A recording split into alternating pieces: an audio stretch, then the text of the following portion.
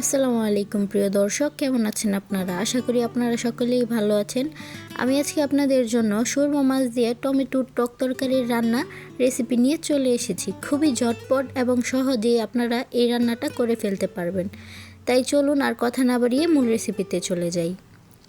প্রথমে আমি সুরমা মাছগুলোকে ধুয়ে ভালোভাবে পরিষ্কার করে তারপর হলুদ, মরিচ আর লবণ দিয়ে মেখে নিয়েছি।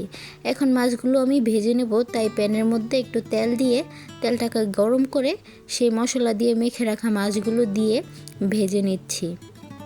আমি একে একে সবগুলা মাছ প্যানের মধ্যে দিয়ে দিচ্ছি। সবগুলো মাছ প্যানের মধ্যে দিয়ে আমি চুলার আঁচ মিডিয়ামে রেখে মাছগুলো উল্টে পাল্টে ভেজে নিচ্ছি।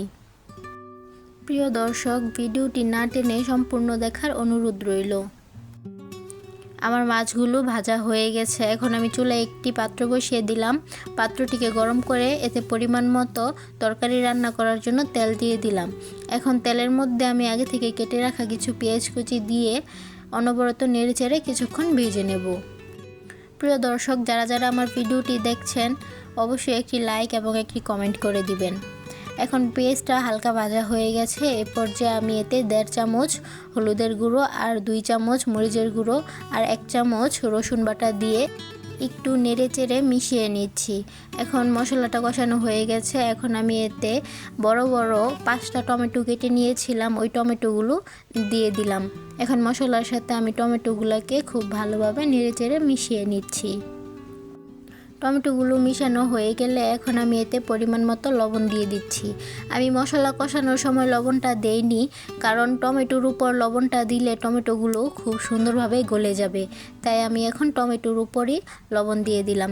এখন কিছুক্ষণের জন্য ঢেকে দিয়েছিলাম। দেখতেই পারছেন টমেটো গলে কতটা পানি বের হয়েছে। এখন আমি নেড়ে চেড়ে টমেটোগুলোকে খুব ভালোভাবে গলিয়ে নিচ্ছি। এই পর্যায়ে চুলার আঁচটা মিডিয়ামে রাখতে হবে, যেন নিচ থেকে পুড়ে না যায়। পুড়ে গেলে কিন্তু তরকারির টেস্টটা নষ্ট হয়ে যাবে।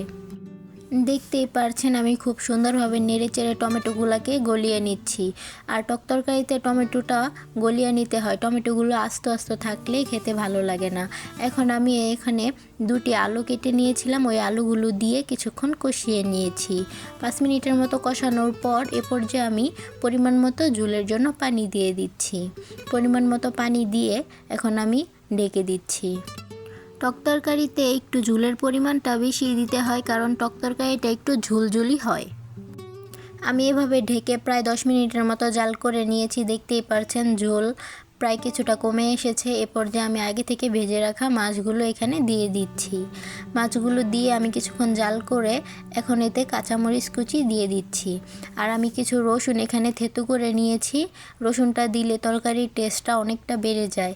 এভাবে থেতু করে কিছু রসুন কুচি দিয়ে আমি আরও 5 মিনিট জাল করে এখন ধনেপাতা কুচিগুলো দিয়ে আবারও নেড়ে চেড়ে দিচ্ছি। ধনেপাতা দিয়ে আর কিছুক্ষণ জাল করে আমি পরিবেশন করে নিলাম। প্রিয় দর্শক, দেখতেই পারছেন দেখতে কতটা সুন্দর হয়েছে। আর এটার স্বাদের কথা কি বলবো, অসম্ভব মজা হয়েছে। আপনারা এভাবে বাসায় ট্রাই করতে পারেন। আর আমার এই ভিডিওগুলো ভালো লাগলে অবশ্যই আমার চ্যানেলটিকে সাবস্ক্রাইব করে দিবেন এবং পাশে থাকা বেল আইকনটি বাজিয়ে দিবেন।